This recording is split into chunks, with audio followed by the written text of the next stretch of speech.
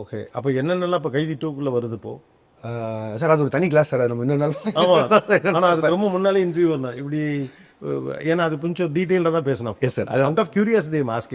S ஏன்னா இது இங்கே கொஞ்சம் ரொம்ப புதுசுல எஸ் இதோட இது பண்ணுறது. ஆனால் you have to thank your audience and fans for 2-3 reasons. ஒன்று வந்து உங்களுடைய முதல் படத்தை தமிழ் ஆடியன்ஸ் அவ்வளோ பியூட்டிஃபுல்லாக ரிசீவ் பண்ணிட்டாங்க. எஸ் ஏன்னா நீங்கள் இப்போ பெரிய இயக்குனர்லாம் இல்லை, யாருக்கும் அவியல் வந்திருந்தது ஆஃப்கோர்ஸ். பட் ஆனால் அப்படி ஒரு படத்தை கவனிக்கிறது ஒன்று இருக்குல்ல சார், அது வந்து தமிழ் ஆடியன்ஸோடைய ஒரு மிகச்சிறந்த ஒரு இது. அடுத்தடுத்து ஒரு கதை சொல்லி ஒரு நல்ல விஷயத்த சொல்ல வரப்போ டக்குன்னு இது ஒன்று. ரெண்டாவது, கூடவே சேர்ந்து ஒரு கோர்ஸ் படிக்கிற மாதிரி எல்சியூ அண்டர்ஸ்டாண்ட் பண்ணி ட்ராவல் பண்ணிகிட்டே இருக்காங்கல்ல சார். நான் என்னோட 2 கை கூப்பி டெய்லியும் காலையில் எழுந்துச்சு மக்களுக்கு நன்றி சொன்னாலும் பத்தாது. இது வந்து என்னோட வளர்ச்சிக்காக நான் செல்ஃபிஷாக சொல்ல. இந்த ஐடியாவை அவங்க ரிசீவ் பண்ண விதம் இருக்குல்ல sir, from my first film till now என்னை விட்டு கொடுக்காம ஒரு செலிப்ரேட்டட் ஃபில்ம் மேக்கராக வச்சுக்கிறாங்க. அது வந்து அதுக்கு நான் எவ்வளோ தேங்க் பண்ணுறேன்னு தெரியல. அது எல்லாத்தையும் தாண்டி இந்த யூனிவர்ஸ் ஆகட்டும், இந்த எல்சியூக்கு அவங்க கொடுக்குற ஒரு முக்கியத்துவம் ஆகட்டும், அதை அவங்க ரசிக்கிற விதமாகட்டும், அது இல்லைன்னா நம்ம இது பண்ணிக்கிறதுக்கான வாய்ப்பே இல்லைல்ல சார். அவங்களுக்கு தான் நான் படம் உருவாருது.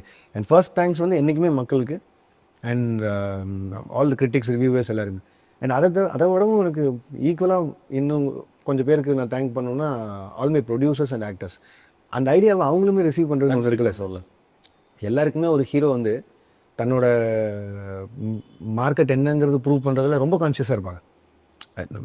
எல்லாருமே இண்டிவிஜுவல் தானே சார், எல்லாருக்கும் அவங்களோட ஐடென்டிட்டி தேவை. என் படம் என்ன பண்ணிச்சு, ஸ்டாண்டர்டோன்னு என்ன பண்ணிச்சுன்னு.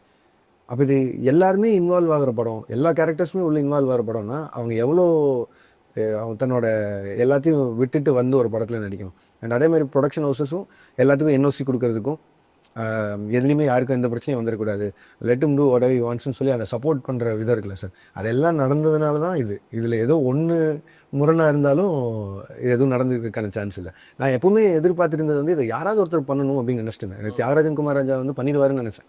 அவர் வந்து இது கொஞ்சம் எக்ஸ்டெண்ட் பண்ணிட்டாருன்னு நான் அவர்கிட்டயே பேசும்போதும் இதான் சொல்லுவேன். So I had an opportunity to do it. So அதுக்கு நிறையா கொஞ்சம் டைம் எடுத்து கொஞ்சம் வேலை ஜாஸ்தி பார்த்ததுனால I think we have achieve this.